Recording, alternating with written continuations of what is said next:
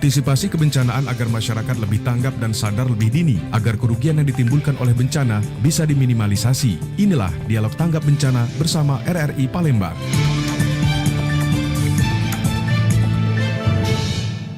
Pendengar selamat pagi menjelang siang, Dialog Tanggap Bencana untuk edisi hari ini 14 Mei 2025 kami hadir dari Taman Edukasi Pengelolaan Sampah Dinas Lingkungan Hidup DLH Kota Palembang.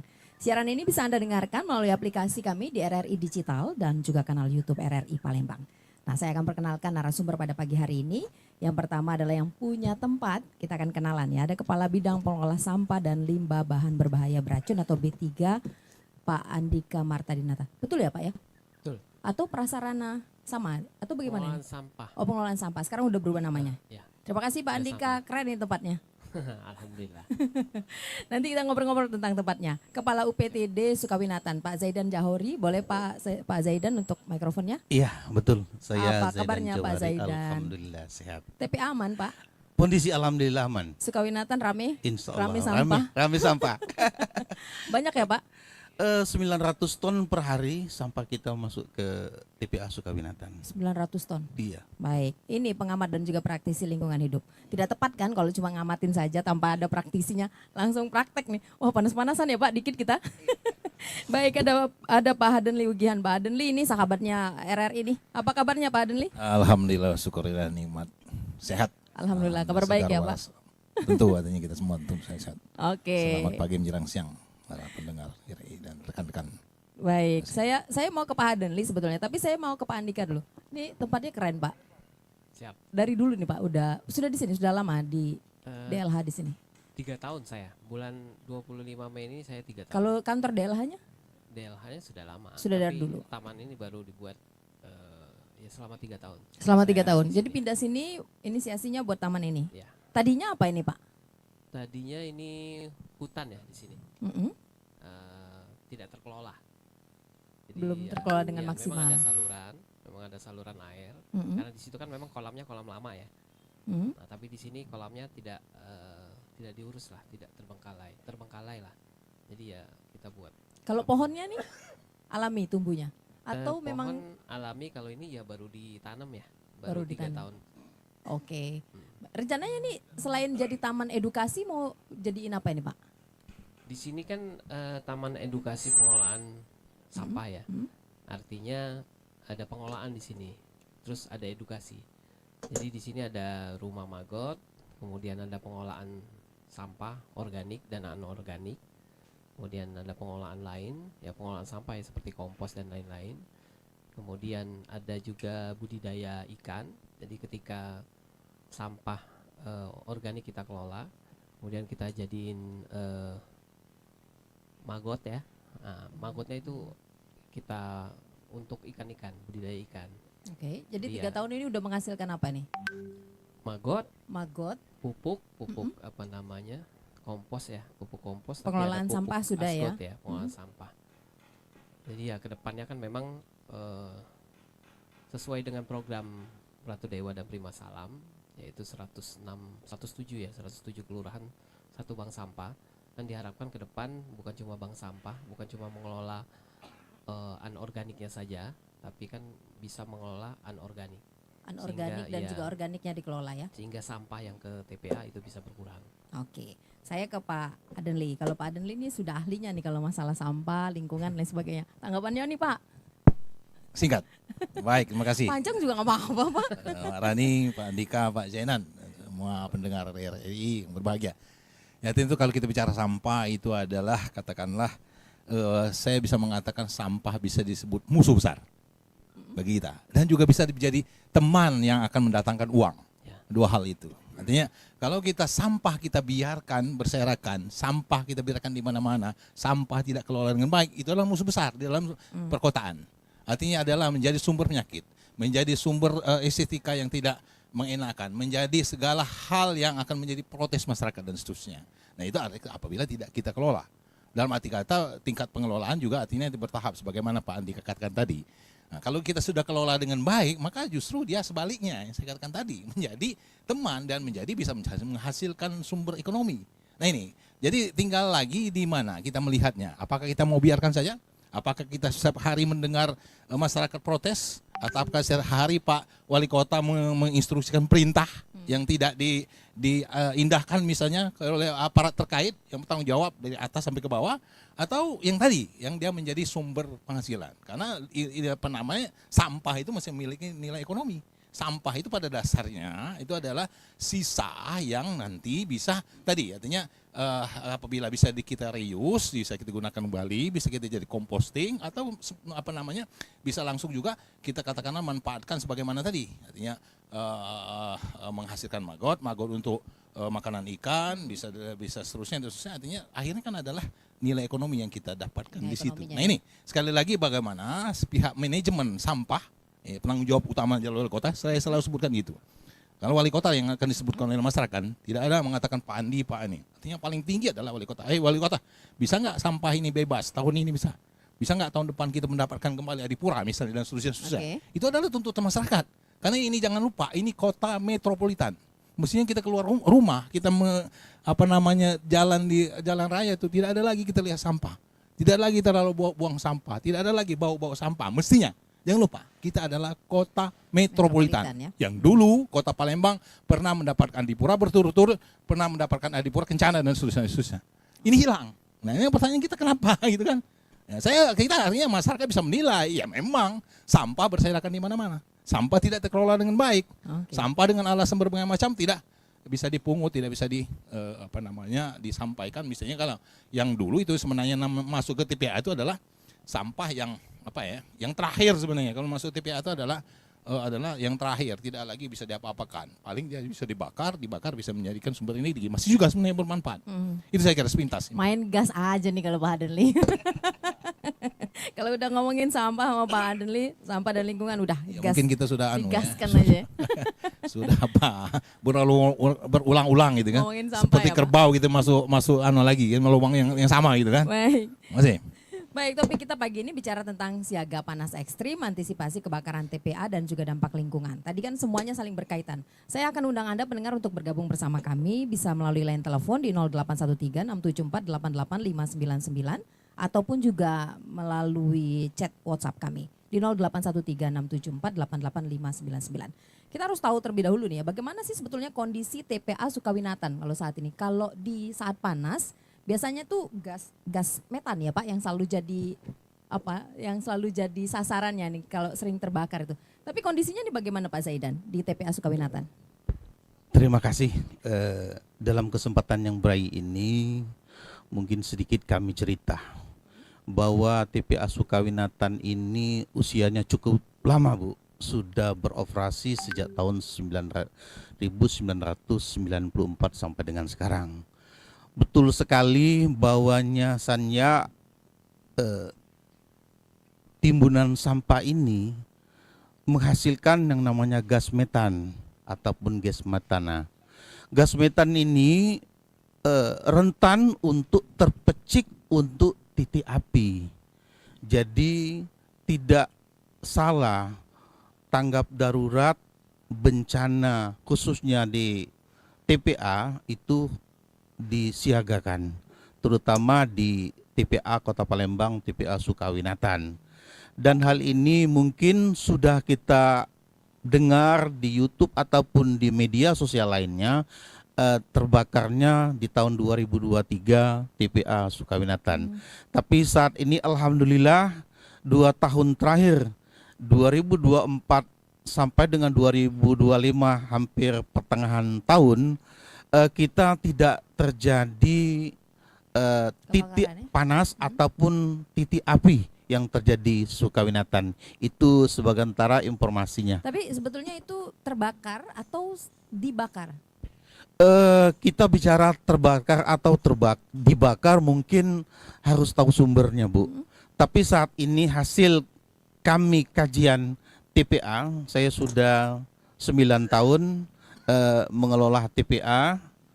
Tentunya gas metan ini mudah terpecik dengan panas yang terik, yang panas yang dipantulkan oleh sinar matahari ke media kaca-kaca yang transparan, itu bisa menimbulkan panas sehingga gas metan ini bisa menimbulkan percikan api. Inilah yang menimbulkan adanya titik hotspot panas sehingga menimbulkan api. Terbakar berarti. Terbakar ya? akhirnya. Bukan Iya. karena ada misalnya aktivitas tidak sengaja. Iya, karena pada prinsipnya pengolahan sampah di TPA itu tidak boleh dan dilarang untuk dibakar.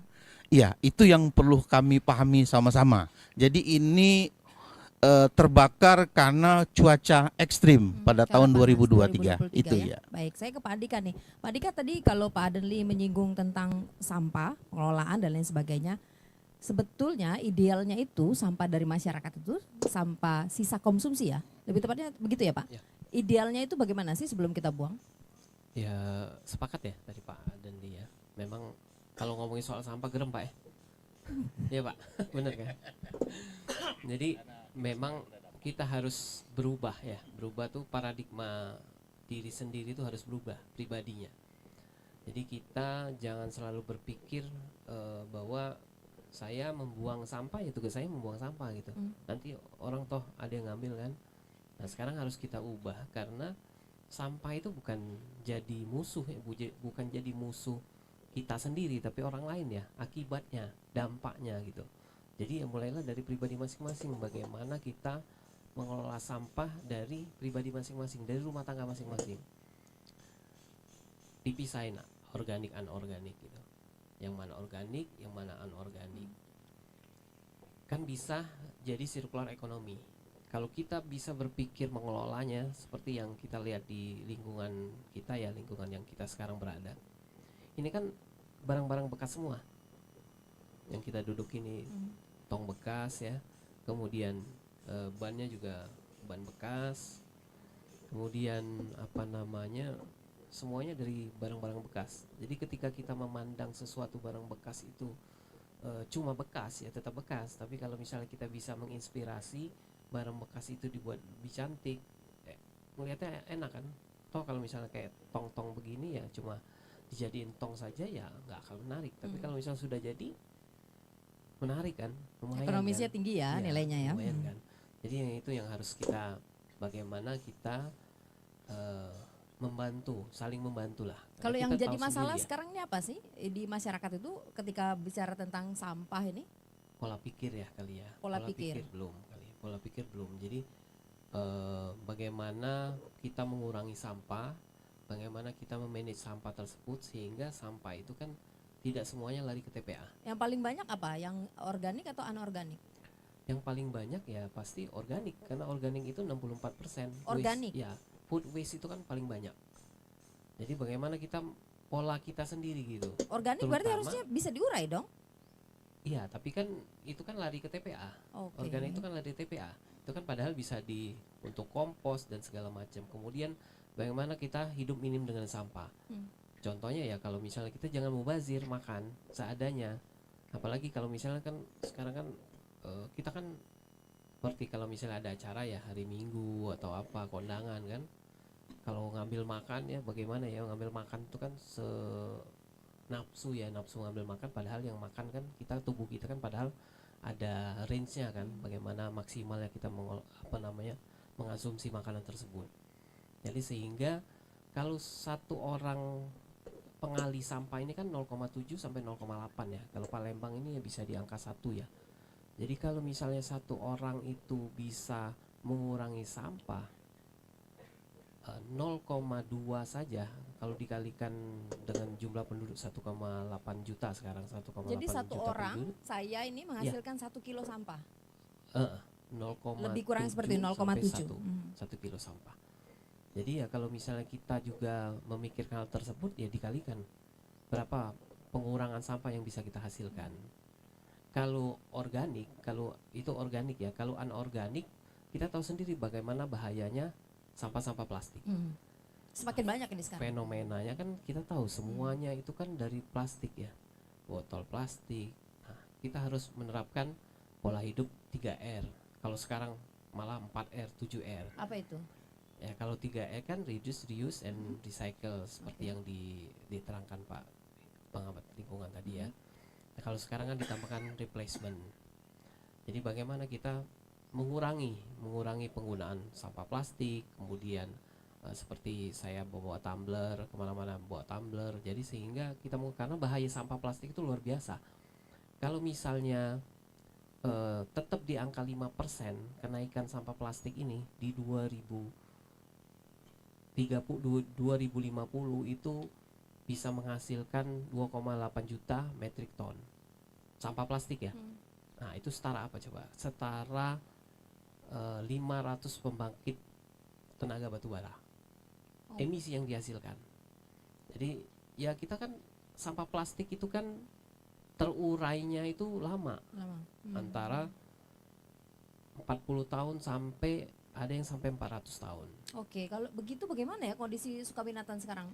Menumpuk Iya. menumpuk di situ apa, Pak? Iya, Sampah plastik. persoalan sampah ini mungkin sangat mendasar dalam lingkungan. Tentunya ini pekerjaan berat. Bila mana pola pikir perilaku masyarakat yang tidak bijak mengelola sampah dan akhirnya semua sampahnya masuk ke TPA Sukawinatan. Jadi kita khawatir TPA ini akan over kapasitas dari jumlah penghasil sampah yang ada. Tentu dengan luasan 25 hektar 250 meter persegi dengan sekian tahun pertambahan penduduk, maka pertambahan jumlah sampah juga, maka usia TPA kita ini akan lebih singkat, Bu. Jadi kalau kita dari sumber, dari individu, dari rumah tangga sudah bijak mengelola sampah dengan mindset dan perilaku yang baik dan benar, karena keberhasilan suatu kota itu bukan besarnya sampah di dalam kota Palembang terangkut ke Sukawinatan, bukan. Sebesar-besarnya pengurangan sampah untuk masuk ke TPA Tadi Sukawinatan. yang diungkapkan oleh Pak Andika ya. Iya, kalau betul. seandainya 0,2 saja bisa Iya. diturunkan ya satu Iya, orang. jadi kalau kita dengan 0,7 kg per jiwa dikalikan 1,8 juta penduduk, seluruh sampahnya masuk ke Sukawinatan, tentunya kalau umur TPA-nya 25 tahun, itu bisa 1 tahun ke depan, 2 tahun ke depan, itu umurnya menjadi pendek. Karena lahan tidak bertambah, sampahnya bertambah terus. Kalau Nggak- sekarang bagaimana kondisinya, Pak? Alhamdulillah. Bisa atau tidak sih kalau di Sukawinatan?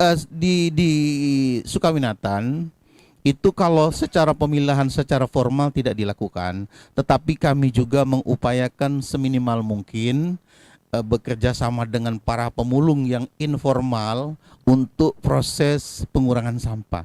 Jadi Pemulung? iya, kami anggap pemulung ini adalah pejuang sampah yang berusaha di titik terakhir sampah mengurangi sampah, yang seperti Bapak sampaikan bahwa ini ada nilai ekonomis. Apa yang dilakukan Ekojuang. mereka? Jadi mereka mengambil plastik begitu? Iya, mereka mengambil sampah yang tentunya bernilai ekonomis. Ekonomis, oke. Iya. Selain daripada itu kami juga melalui personil yang ada di Sukawinatan juga berupaya untuk mengurangi sampah. Salah satunya mengadakan kegiatan pembuatan pupuk organik, yaitu pupuk kompos dengan mengambil sumber bahan-bahan dari sayur-sayuran, buah-buahan dan daun-daunan itu untuk dibuatkan kompos. Kemudian juga Di kami mana? Di di Sukawinatan? Sukawinatan Sudah ada buat upaya, iya. upaya kompos. Ya, kemudian kami juga mendirikan seperti bank sampah unit yang ada di TPA. Sukawinatan. Iya, di situ juga ada kegiatan untuk pengurangan sampah melalui kegiatan bank sampah. Sebagai pembina bank sampah, Pak Kabid, Pak Andika melalui bank sampah DLH kami diarahkan dibina untuk kegiatan bank sampah yang ada di Sukawinatan. Apa fungsi bank sampah? Ya, bank sampah ini sebenarnya upaya untuk kegiatan pengurangan sampah, yaitu dengan cara menabung sampah yang bernilai ekonomis, Bu. Oh, ini yang viral kemarin ya, Pak? Iya, Yang katanya yang nyapu-nyapu di jalan.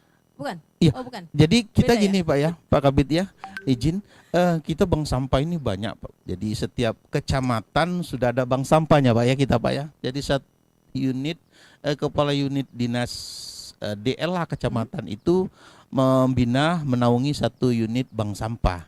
Jadi 18 kecamatan ada Oh, di 18 kecamatan, itu kecamatan masih ada? termasuk Baik. kami di TPA Sukawinatan. Oke. Itu Bu Oke, informasinya. kita tahan dulu ya Pak. Nanti saya ke Pak Adenli nih, tapi saya bacakan dulu beberapa SMS ini menarik nih, beberapa WhatsApp.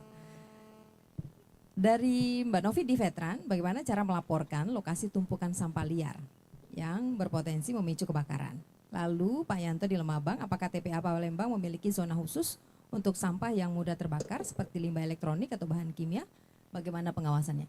Nanti ditanggapi, ada penelpon terlebih dahulu ya, di line telepon di 081367488599. Selamat pagi. Pagi Mbak, Pagi, dengan siapa, di mana Ibu? dengan Margaret Nababan, Di mana Ibu Margaret? di Pusri. Silakan Bu. Ya, silakan Bu Margaret. Bisa mendengar suara saya dengan jelas, Bu? Begini Mbak, ini kan mengingat sampah nih ya Mbak ya. Ini yang akan saya tanyakan, seberapa besar nih dampak kebakaran TPA terhadap kualitas udara dan tentunya kesehatan masyarakat yang ada di Kota Palembang. Itu Mbak. Oke. Itu saja Ibu Margaret. Terima kasih Ibu Margaret yang ada di Pusri. Di belakang Ibu Margaret silakan 081367488599. Sebetulnya bakar sampah itu diperbolehkan atau tidak sih Pak? Tidak boleh. Kenapa Pak? Karena kan kalau plastik aja kalau misalnya dibakar itu kan apa namanya plastik mikroplastik itu kan berterbangan kemana-mana. Kemudian ya kita lihat sendiri bagaimana apa namanya kimianya kan terurainya lewat udara, akhirnya Memindahkan udara. sampah ke udara begitu ya? Ya begitu. Oke. Ya harus kita kan sekarang harus waste to energy. Sebenarnya sampah ini pengelolaan sampah ini kalau misalnya dibicara soal penanganannya, penanganan sampah ini tidak ada cara lain itu dibakar. Kalau mau menghilangkan sampah, Tapi tidak boleh tidak ada dibakar. cara lain itu harus dibakar. Tapi membakarnya itu secara teknologi. Oh, Makanya oke. sekarang itu namanya waste to energy. Bagaimana kita membakar sampah itu sehingga sampah itu tidak mencemari lingkungan, tapi sampah habis, kemudian fly ash sama bottom ash yang dihasilkan oleh pembakaran dari waste to energy itu bisa menghasilkan listrik atau bisa dimanfaatkan. Oke, itu urusannya berat nih ya. Tidak Ya, mungkin itu dilakukan urusan oleh kita. masyarakat ya. Ya urusan Ya, kita itu. itu 2026 oh, mudah-mudahan Palembang seperti itu. jadi Tidak ada energi lagi kita dari TPA. sampah ya? Ya, kita Oke. tidak lagi membuang sampah ke TPA, tapi kita membuang sampah ke PLTSA, PISEL, Oh, namanya. baik. Itu PSN. Saya ke Pak Denli ya. Ya. Pak Denli, dari beberapa catatan tadi yang sudah juga diterangkan oleh Pak Andika dan juga oleh Pak Zaidan ini. Kalau berbicara tentang sampah, ternyata masalahnya adalah di kesadaran kita yang masih kurang. Kesadaran masyarakat masih kurang. Bagaimana ya Pak supaya nggak berulang nih setiap hari kita ngomongin sampah? Ya, ada unsur masyarakat, ada katakanlah unsur pemerintah, dan juga ada unsur tingkah laku ya. Baik, masyarakat adalah bagian daripada penghasil ya. Di dalam istilah undang-undang itu timbulan sampah. Timbulan sampah itu tentu ada sumbernya. Nah ini artinya kalau kita, artinya masyarakat sudah tahu persis, saya kira sebagian besar masyarakat sudah tahu apa namanya sampah itu enggak boleh dibuang sembarang. Nah mestinya istilah tadi 1,0, angka statistik 0,8 sampai 1 kilogram per orang, mestinya itu adalah timbulan sampah per individu. Ya, mestinya tidak keluar dari rumah tangga itu. Mestinya ya. Jadi Mestinya artinya tidak keluar. itu mestinya, artinya saya katakan tadi dia artinya apa namanya dari timbulan sampah itu justru kita berupaya untuk diminimalkan. Nah, artinya kalaupun seandainya misalnya adalah satu apa namanya komunitas misalnya tadi sudah disebutkan di dalam setiap kecamatan itu ada bank sampah misalnya. Nah itu salah satu bentuk bagaimana timbulan sampah itu ditekan. Nah mestinya kita timbulan sampah itu ya apa namanya ditekannya itu di sumbernya ya. Jangan artinya dikumpulkan di per kecamatan mau apa itu mungkin di kecamatan di satu titik. Artinya bagaimana memanage sampah itu dalam skala katakanlah skala RT, maksimal dalam skala kelurahan. Berarti di Ya. rumah ditekan dulu. Ya, ditekan di rumah. Artinya di masyarakat sendiri, individu masyarakat itu sudah bisa memilah sampahnya. Artinya pada saat keluar dari rumah, itu artinya ini sudah jelas ini adalah sampah organik, ini sampah anorganik. Sampah organik mestinya masyarakat sudah bisa memposting sendiri, mengkompostingkan sendiri. Artinya bisa menjadi pupuk, bisa menjadi bahan untuk makanan tanaman. Oke. Nah sisanya dari itu artinya mestinya tidak masuk ke bank sampah tadi. Sehingga tidak ada lagi yang namanya jalur ke TPA. Idealnya seperti itu. Idealnya seperti itu. Idealnya seperti itu. Jadi harusnya tidak ada lagi yang namanya sampah kangkung, sampah bayam. Mestinya seperti itu. Nah ini sekali lagi nih, saya melihat bagaimana tanggung jawab kita mengedukasi masyarakat bahwa bahwa sekali lagi kita saja dari Dinas Lingkungan Hidup Kebersihan mengatakan bahwa sampah ada nilai ekonomis, tetapi masyarakat itu bagaimana mengelolanya, bagaimana memanfaatkan belum sampai ke sana. Ya, Nah, ini. ekonomisnya di mana? Nah, begitu ya? ekonomis di mana? Bagaimana mengelolanya? Saya berani mengatakan belum sampai ke sana. Manajemen kita di kantor ini. Nah ini sebenarnya harus kita upayakan seoptimal mungkin sehingga artinya timbulan sampah tadi bisa kita kurangi. Tidak ada lagi angkanya, ya angka yang tiba ya, angka yang sampai ke TPA itu menjadi hitungan kita sederhana tadi 1,8 juta menjadi misalnya 900 ton, tidak seperti itu lagi. Jadi artinya akibat kita katakanlah mengurangi timbulan sampah di rumah tangga. Jadi betul, sampah edukasinya berubah ya? berubah. Artinya betul sampah itu akan timbul di rumah tangga adalah 0,8 sampai 1 kg per orang. Tapi artinya dia keluar dari pagar rumah tangga itu mestinya tidak seperti itu. Itu yang pertama. Yang kedua, artinya pengelolaan itu harus jelas. Wali kota. Di dalam undang-undang wali kota bertanggung jawab di dalam pengelolaan sampah itu, undang-undang menjawabnya seperti itu, undang-undang sampah. Maka mestinya harus jelas juga siapa berbuat apa. Di mana secara rinci misalnya tugas dinas kebersihan dan dinas lingkungan hidup dan kebersihan secara rinci di mana SOP-nya sampai ke kelurahan gitu. Ini saya belum melihat situ. Apakah dinas lingkungan hidup kebersihan ini hanya sampai misalnya dari TPS yang ada di pinggir jalan yang selalu meluber itu saya berani mengatakan selalu meluber. Apakah hanya sampai di situ saja? Tugas-tugasnya yang saya katakan tadi, itu kan. Jangan lagi ada alasan mobil kami kurang dan seterusnya. Dari tahun-tahun kita akan mengatakan seperti itu. Gitu kan? Karena kita sudah tahu bahwa timbulan sampah sekian meter kubik per hari. Sekian meter kubik yang harus kita angkat. Kita punya perlu mobil sekian. Lah mobil kita sudah rongsok sekian. Lah itu tanggung jawab kita untuk menghitung. Ya silakan saja Pak Wali Kota nggak mau mengadakan mobil kami perlu misalnya 50 mobil lagi. Pak Wali Kota enggak mau katanya. Ya sudah. Saya mundur sebagai kepala dinas misalnya. Kalau enggak, artinya saya tidak mau disalahkan terus. Mestinya seperti itu. Jelaskan ini Pak Wali Kota bahwa sampah ini sekian timbulannya, angkanya seperti itu. Ideal bisa dihitung itu. Saya perlu mobil sekian, kemarin sudah nambah 21 kendaraan.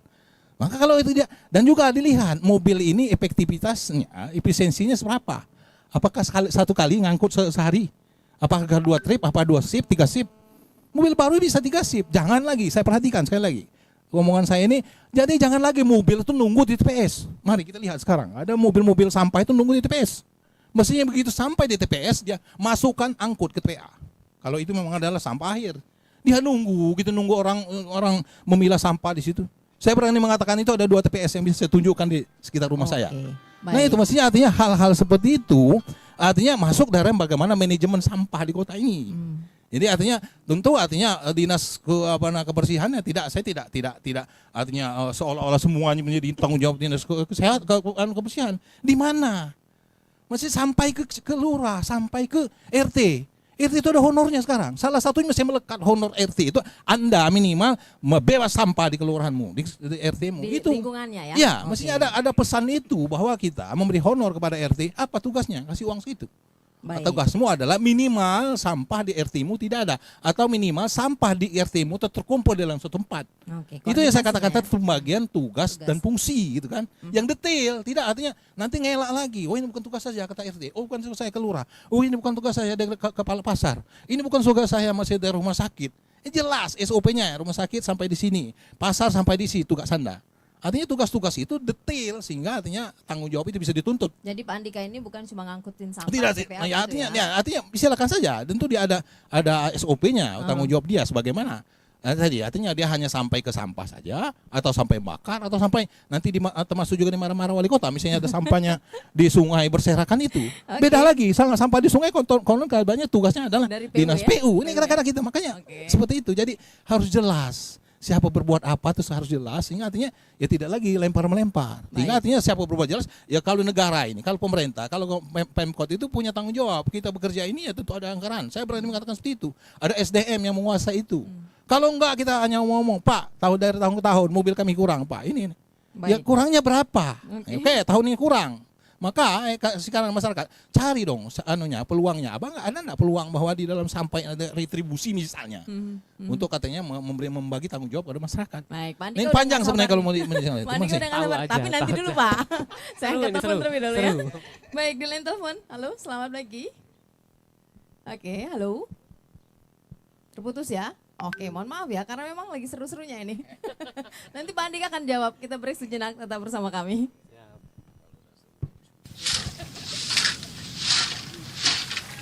Hei Nit, kenapa buang sampah ke sungai?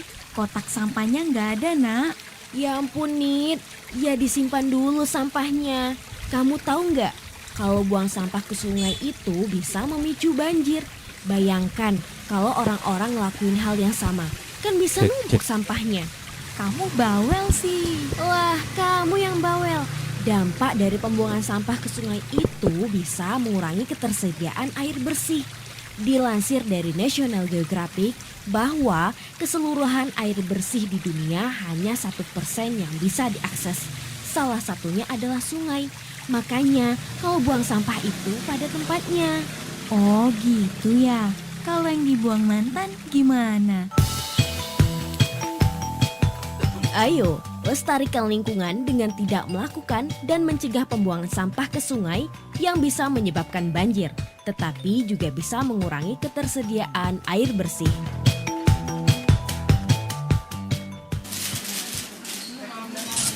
Belanjanya pakai plastik ya Kak? Iya Kak. Perasaan belanjaanmu sedikit deh Dit. Kok pakai plastik? Ya nggak apa-apa. Emang kenapa Aida? Kita harus mengurangi limbah sampah Gip, supaya beli kita sehat. Belanja sedikit aja udah mau pakai plastik. Di balik kegunaannya yang luas, sayangnya limbah plastik sulit untuk terurai. Pengurangan limbah plastik sangat berguna untuk ekosistem bumi kita, karena membutuhkan waktu hingga ratusan tahun untuk terurai.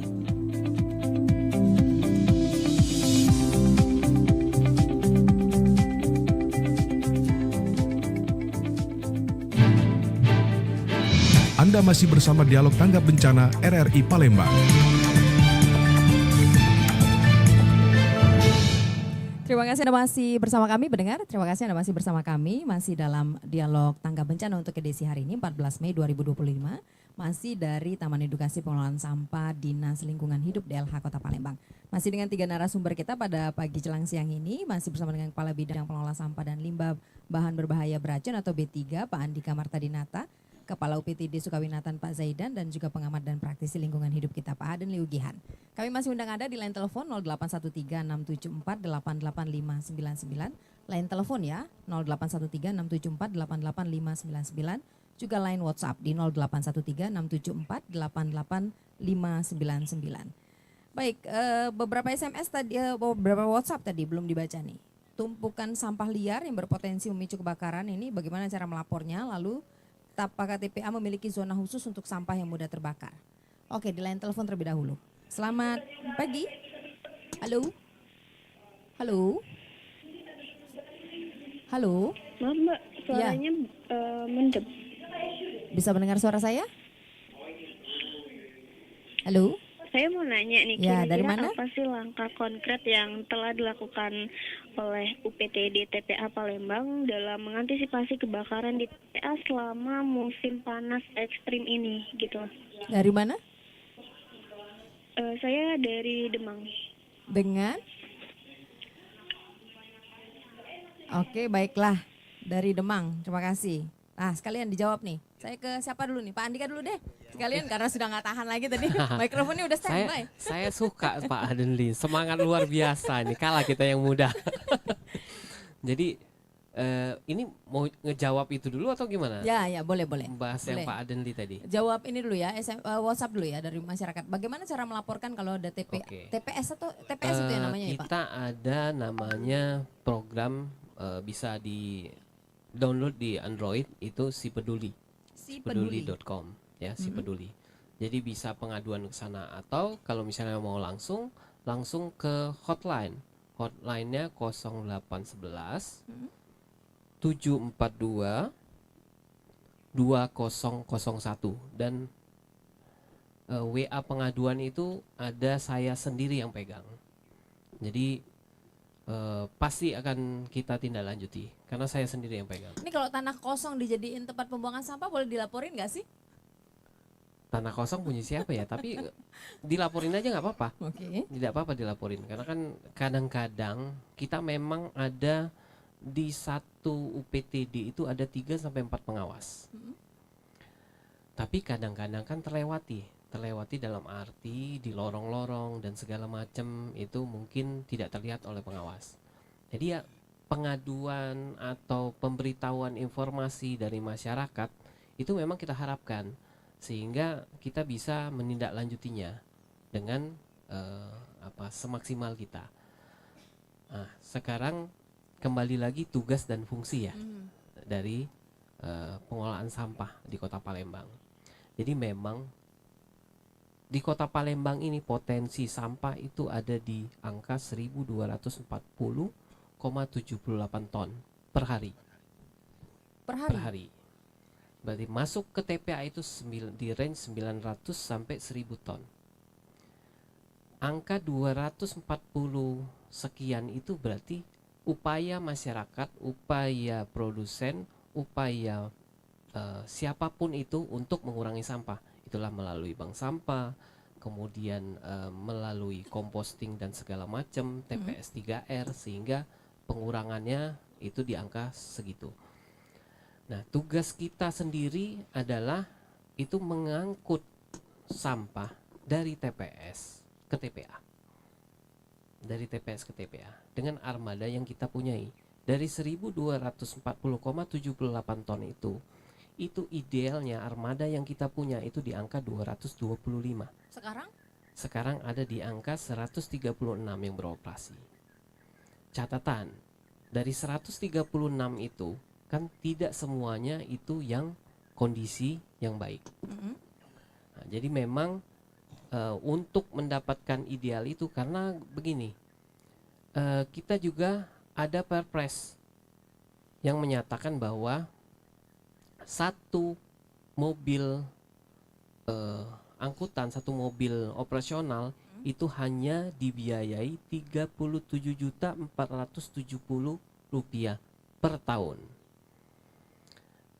Kalau kita menghitung saja 136 mobil itu dengan 2 kali ritasi untuk Kota Palembang ya, karena sekarang kan kita harus 2 kali ritasi karena kita kan armada kita kurang. Jadi kita harus mengambil 2 kali ritasi. Dan memang Pak bahwa kalau bisa 3 kali ritasi misalnya mobil yang baru, tapi kita terbentur dengan Perpres tadi 37 juta tadi. Perawatannya ya? Ya, itu biaya BBM, operasional ya? biaya Oke. operasional, minyak, kemudian oli, kemudian pemeliharaan. Nah, kalau kita kalikan saja 19 liter, ini berdasarkan uji petik ya, uji petik kita satu mobil itu mengeluarkan membutuhkan berapa satu kilometer. 19 liter itu kita maksimal. Sebenarnya kalau misalnya uji petik kita dari Jakabaring misalnya atau dari Pelaju itu kan rutenya beda, ritasinya beda, otomatis pengeluaran BBM pun beda. Lebih besar ya? Kita kalikan aja kalau misalnya 19 liter tuh. 19 liter kita kalikan 1 tahun dengan 2 kali ritasi itu sudah mengeluarkan biaya itu lebih dari 40 juta. Sedangkan batas kita 37 juta. Ya kan? Artinya apa? Artinya kita tidak bisa memelihara mobil itu dengan maksimal. Nah, ketika ideal kita di angka 225 mobil, itu kita bisa mengangkat hanya 1 kali ritasi atau 2 kali ritasi dengan mobil yang baru tadi. Berarti kita bisa memaksimalkan pemeliharaannya. Mungkin perhitungan dari pemerintah pusat itu mereka tidak menghitung berapa kali ritasi nih, berapa armada yang dipunya, Hanya 1 sehingga kali menetapkan saja ya? 37 tadi. Nah, itu yang kesulitan kita. Jadi memang sekarang ya upaya dari kita itu memaksimalkan armada sehingga kita bisa memaksimalkan pengangkutan sampah. Tapi sekarang kan sampah ini berkejar-kejaran. Dasarnya semakin tinggi tingkat aktivitas penduduk, kemudian semakin tinggi aktivitas kota tersebut, maka sampah yang dihasilkan juga akan meningkat. Semakin tinggi. Semakin tinggi jumlah penduduk itu akan semakin tinggi. Seperti contoh saja, Idul Fitri. Ketika hari raya Idul Fitri, itu sampah yang dihasilkan itu 2 kali lipat. Sampah yang masuk ke TPA itu yang tadinya 900 sampai 1000 itu di angka 1400 sampai 1500. Dan kami pun harus menerapkan 3 kali ritasi, malah ada yang 6 kali ritasi untuk agar supaya masyarakat itu merayakan Idul Fitri dengan bebas sampah. Tapi Pak Andika, kalau bicara tentang sampah kan ada juga itu yang diangkut sama Swasta. ya. Oke. Itu bagaimana Nah, kerjasamanya? sekarang Perda 4 tahun 2023 itu kan ada retribusi pelayanan langsung. Oh. Jadi, nah ini yang kita harapkan dalam arti begini. Kalaupun kita belum bisa nih, masyarakat kita belum bisa atau belum mau untuk memilah sampah dari rumah tangga, ya Mbok tolong sampahnya itu jangan dibuang sembarangan. Kan sekarang seperti kita kan ada yang mengambil sampah swasta kan, kita bayar 25.000 atau 30.000 itu 1 bulan. Iya. Sesuai dengan perda tersebut bahwa kita Dinas Lingkungan Hidup sekarang kita bisa melayani langsung. Misalnya kami melayani perumahan A atau kami melayani hotel atau kami melayani restoran. Ketika membuat MOU tersebut, jadi ada perjanjian antara Dinas Lingkungan Hidup dan produsen yang menghasilkan sampah tersebut, itu kami wajib mengambil langsung ke tempat tersebut di pintu tempat atau di tempat sampah mereka. Kami mengambil langsung. Tapi kembali lagi tadi armadanya kurang. Karena kita juga tidak bisa menggapai semua masyarakat, semua kan makanya ada swasta. Makanya ada Silahkan pihak ketiga begitu pihak ya. ketiga atau Oke. swasta mengambil memang usaha mereka mengambil sampah tersebut. Tapi kadang-kadang kita minta pastikan bahwa swasta tersebut itu membuang sampahnya itu ke TPA. Emang ada yang tidak ke TPA? Sekarang kalau kita perhatikan di jalan-jalan itu atau jalan kosong kemudian yang digelap-gelap itu rata-rata ya bukan masyarakat yang membuang, itu produsen yang membuang melalui mobil kemudian mereka lemparkan itu. Bentar dulu Pak, produsen ini maknanya siapa nih? Produsen ini kan masyarakat dia. Iya, produsen itu mungkin ya restoran atau pengelola hotel atau apa gitu. Jadi benar nih atau berarti yang diungkapin Pak Hadanli tadi ya. Ternyata di lapangan memang seperti itu. iya memang seperti itu.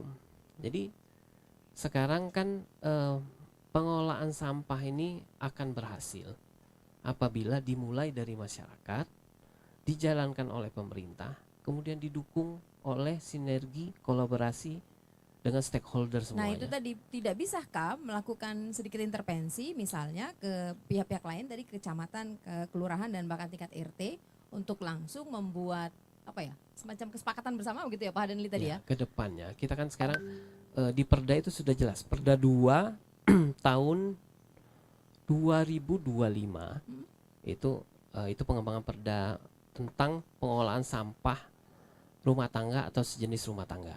Di pasal 35 itu sudah jelas bahwa untuk pelaku usaha atau seperti hotel, seperti perumahan dan segala macam itu diwajibkan mempunyai TPS 3R sendiri atau pengelolaan sampah sendiri sehingga sampah mereka itu bisa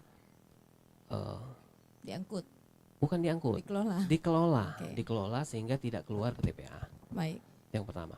Kemudian bagi masyarakat yang membuang sampah sembarangan itu akan dikenai denda atau dikenai hukuman.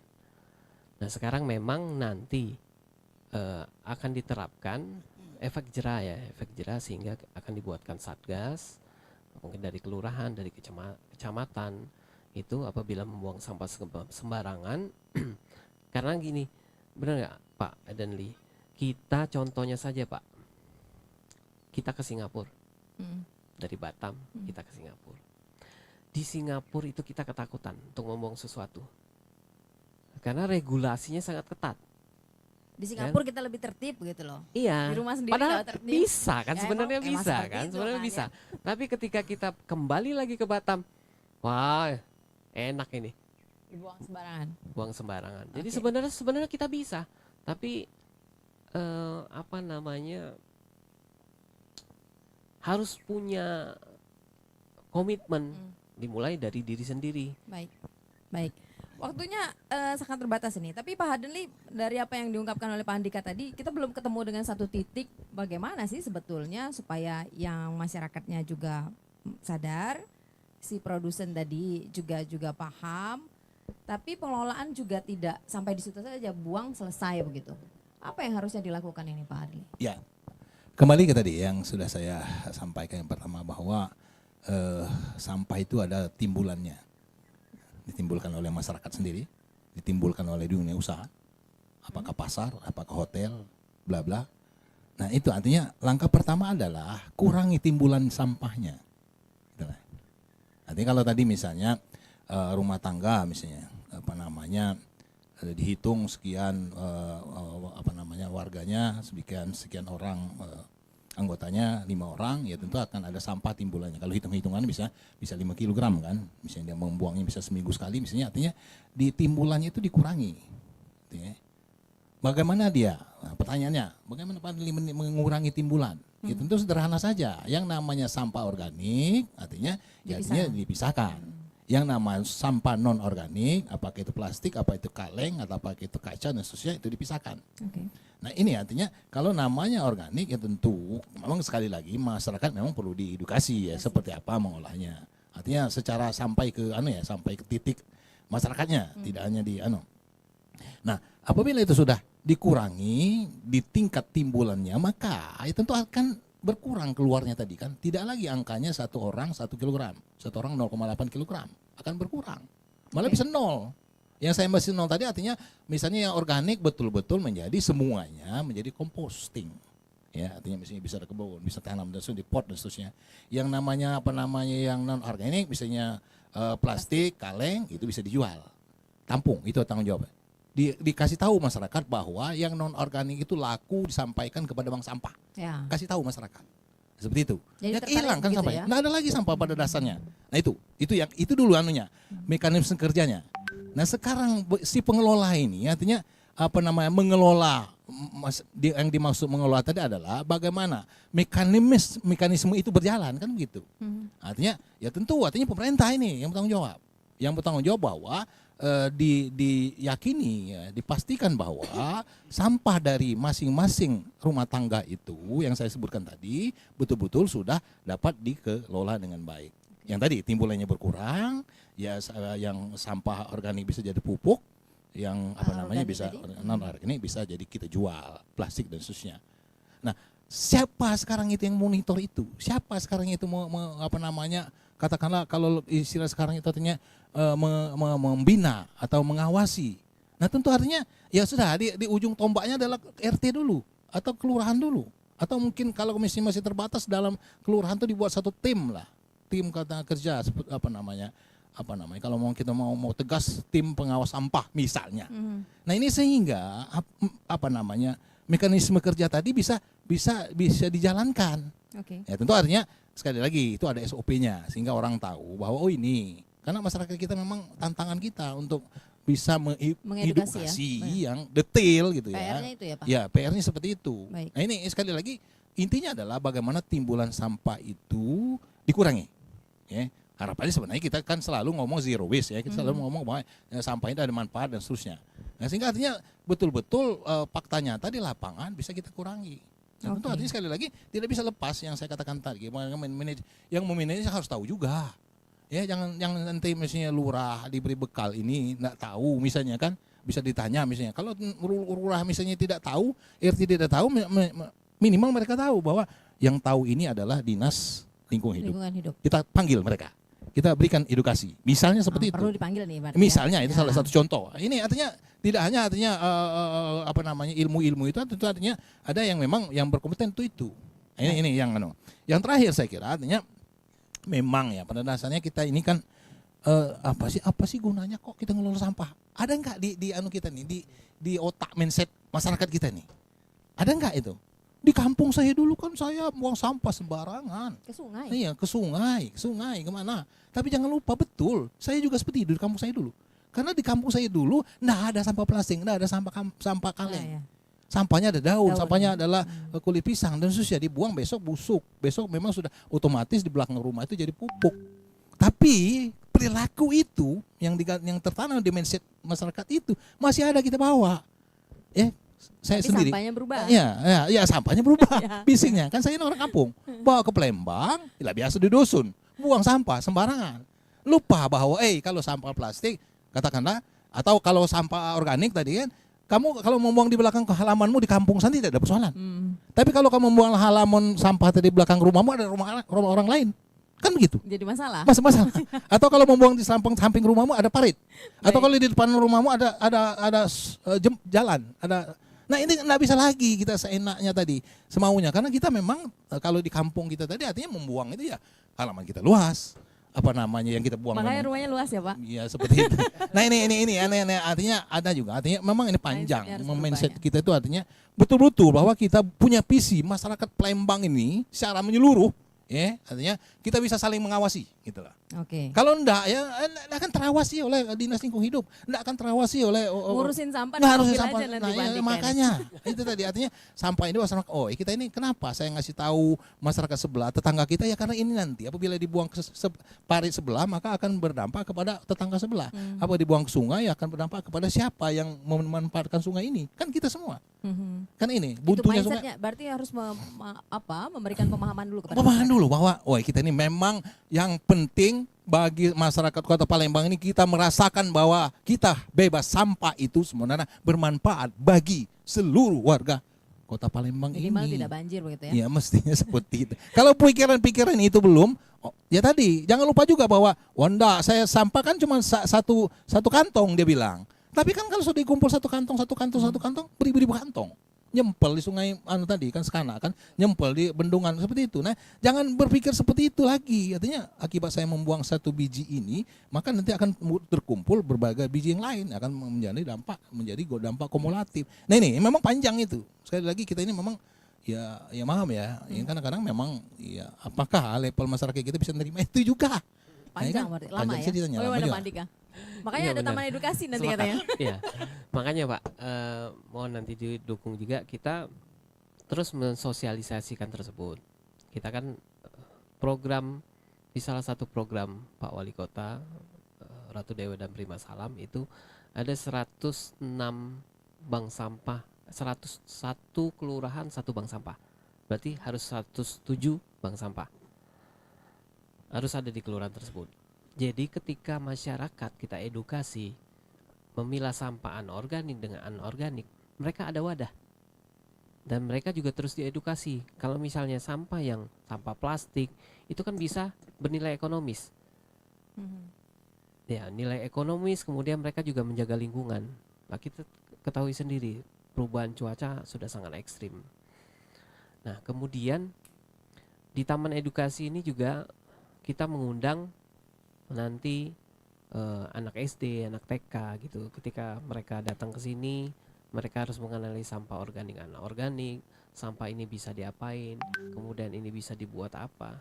Sehingga kita menginginkan kalau misalnya generasi yang seperti kita belum bisa memahami hal tersebut, kita menginginkan generasi di bawah kita itu akan nanti Minimal hidupnya dia lebih baik lah ya, lebih baik teratur dari lah kita, lebih gitu ya. teratur. Memang sulit ya. Nah, kita sendiri seperti saya sendiri pun untuk memilah sampah itu sendiri ya agak sulit memang. Dalam arti agak sulit, ya harus mau dulu. Di lingkungan Dinas Lingkungan Hidup juga harus mau dulu. Harus dimulai dari Dinas Lingkungan Hidup. Harus dimulai dari kantor ini. Kalau misalnya saya sendiri sebagai penggawa sampah tadi, saya tidak berpola hidup seperti itu, bagaimana saya menerapkan itu dengan orang lain itu? Baik. Jadi sudah dimulai nih ya dari diri Insya sendiri. Allah. Ya? Oke, Saya juga nggak pakai tisu, saya pakai sapu tangan. Salah satu cara untuk mengurangi sampah. Oke, baiklah. Saya ke Pak Zaidan nih, Pak Zaidan. Banyak pertanyaan sebetulnya mengenai TPA. Bagaimana di masa-masa cuaca yang ekstrim seperti itu? Apa yang dilakukan untuk agar tidak terjadi kebakaran? Iya, ini suatu pertanyaan yang sangat baik dan menggelitik. Jadi sesuai tema kita ini adalah dialog tanggap bencana. Jadi yang kita bicara sekarang bencana yang terjadi khususnya di TPA Sukawinatan. Jadi kalau langkah konkret yang kami lakukan dari Dinas Lingkungan Hidup ini berkaca dengan kejadian tahun 2023 yang panasnya sangat ekstrim, yang kita tahu bahwa hampir seluruh TPA di Indonesia terbakar, tetapi bukan hanya TPA-nya saja, Bu. Mungkin lahan kosong, lahan gambut, dan hutan juga ikut terbakar. Tapi berkaca dari pengalaman ini tahun 2023, kami secara konkret tentunya bekerja sama dengan pihak keamanan, yaitu sesuai dengan arahan dari Pak Kapolda, bahwa pihak Polri siaga di depan untuk mengatasi terjadi bencana khususnya kebakaran di TPA Sukawinatan. Maka dari itu kami melakukan posko bersama. Dalam hal ini terbentuk posko bersama dengan Polsek Kecamatan Sukarami. Kami masuk ke Sukarami, Bu. Jadi petugas Polsek secara rutin bekerja sama dengan kami untuk patroli lingkungan, Bu. Khususnya di lingkungan Sukawinatan. Berapa sih luasnya Sukawinatan? 25 hektar, 205 meter persegi. 25 hektar. Iya, Kalau musim hujan tuh nggak ketahuan kalau sampah ya? Iya, Buruk betul, masalahnya. betul. Kembali ke langkah konkret tadi. Jadi dari kami Dinas Lingkungan Hidup berbareng dengan pihak Polsek wilayah Sukarami, kami membentuk tim pemantau atau kami sebut tim patroli api. Dari personil kami yang sebanyak 70 orang, kami dari jam 7.30 sudah menugaskan 2 orang per 2 jam di rolling. Jadi 2 jam ini berputar berkeliling tanpa turun di atas tumpukan sampah. Ini yang kami lakukan. Maksudnya? Berpatroli, memantau adakah titik panas. Sampahnya berkeliling diinjek-injek gitu? Ya, pakai sejenis alat kayu untuk mendeteksi adakah panas ataupun titik api di dalam tumpukan sampah. 2 orang kami tugaskan 2 jam. 2 jam kemarin turun kemarin terus dilanjutkan dengan petugas berikutnya sampai dengan kami lakukan untuk petugas harian. Kami ada petugas harian lepas, Bu, di TPA itu sampai jam 9 malam. Jam 9 malam kami teruskan patroli menggunakan alat berat. Jadi petugas alat berat kami yang bertugas malam, kami tugaskan secara rutin berpatroli menggunakan alat berat. Sebab potensi kebakaran malam itu lebih rendah daripada siang. Karena posisi oksigen itu membantu proses pembakaran. Kalau malam mungkin karbon dioksidanya lebih besar, potensi apinya lebih ringan. Jadi kami menugaskan petugas kami sebagai operator dengan alat berat siaga dan memantau api. Memantau api bila mana ditemukan pada saat itu terjadi titik panas ataupun titik api, langsung melakukan tindakan untuk mengatasi pemadaman api. Itu yang kami lakukan. Kemudian juga kami secara rutin 2 hari sekali bila mana cuaca tidak mendukung kami melakukan kegiatan penyiraman. Jadi kami jam 7.30 tetap optimis untuk melakukan kegiatan patroli pemantauan. Petugas yang lain menyiapkan peralatan untuk pendinginan, kami istilahnya pendinginan tumpukan sampah. Alhamdulillah tahun 2024 tidak terjadi titik api ataupun kebakaran. Dan 2025 ini kemarin 2 minggu yang lalu kami sudah bentuk tim, ternyata baru 2 hari hujan. 2 menit hujan berturut lagi. Tapi kami selalu setiap bulan evaluasi seluruhnya harus siaga terhadap api. Karena api ini kalau sudah hidup susah dimatikan, Bu. Kemudian dari itu efeknya kita sudah dekat dengan akses bandara. Tentunya asap ini akan mengganggu lalu lintas trafik penerbangan di bandara. Itu tentunya akan mengganggu penerbangan yang dilakukan di bandara. Itu saja, Bu. Baik. Mungkin saya tambahkan ya sedikit ya. Salah satu penyebab Kota Palembang itu tidak mendapatkan adipura itu salah satunya adalah kebakaran Ini masih TPA. ada unek-unek ternyata. Kebakaran Iya, TPA. iya. Ya. 46 TPA di kota Indonesia itu terbakar dan 46 itu dinyatakan tidak layak untuk mendapat adipura. Walaupun kotanya seperti apa, walaupun pola hidup masyarakatnya seperti apa, itu penilaian. Nah, sekarang memang kita tidak bisa menyalahkan alam karena kita yang membuat alam tersebut bergejolak. TPA terbakar itu karena alam dan karena ada kelalaian manusia. Kenapa saya bilang itu kelalaian manusia? Karena memang 384 TPA di Indonesia itu seluruhnya open dumping. Dan itu sudah diperingatkan oleh menteri sekarang bahwa 384 TPA open dumping itu tidak dihitung sebagai pengolahan sampah. Jadi memang sekarang pengolahan sampah itu harus sanitary landfill minimal. Jadi ketika sampah itu sudah berapa meter tertumpuk, itu diratakan kemudian ditimbun sama tanah sehingga gas metannya tidak keluar. Apabila ada kejadian itu tidak menembus sampai ke bawah seperti gambut ya, seperti gambut, sehingga mudah untuk mematikan api tersebut. Itu. Kemudian sekarang harus ada waste to energy. Jadi tidak boleh lagi sampah itu ditumpuk. Tapi mudah-mudahan Palembang nanti ini sebagai proyek strategis nasional 2026 itu akan COD, PISEL itu, jadi kita tidak menumpuk sampah lagi.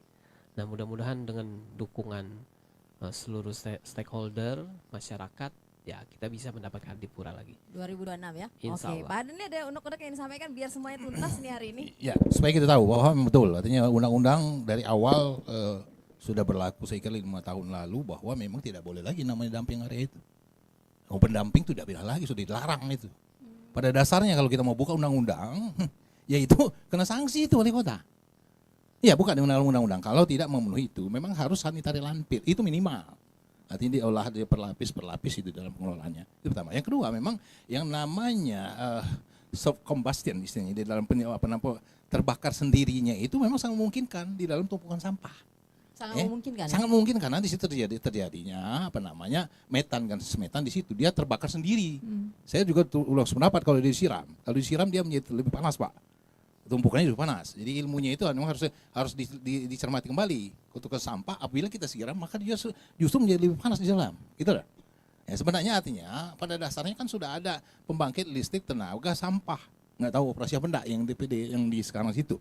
Apakah juga sampah itu dimakan semua oleh pembangkit listrik itu, saya tidak tahu secara rinci. Memang harusnya artinya gas metan itu sekali lagi ya di dalam pengelolaan sanitary landfill sebenarnya dia memang dibuat apa ya? Saya kira dari Dinas Lingkungan Hidup tahu persis itu. Artinya dia dibuat supaya dia keluar.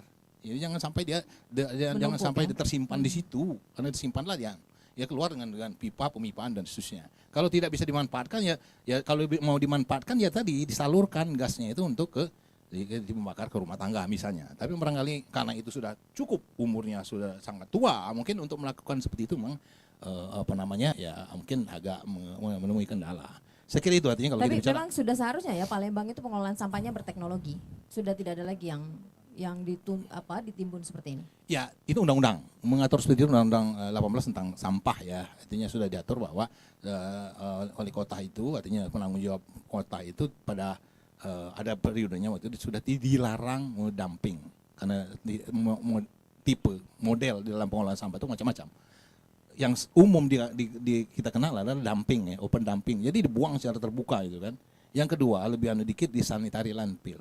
Yang ketiga dan seterusnya masih banyak tahapan. Kalau yang lebih dulu tadi ya memang disiapkan betul kalau nama pengolahan itu artinya kompartemennya disiapkan.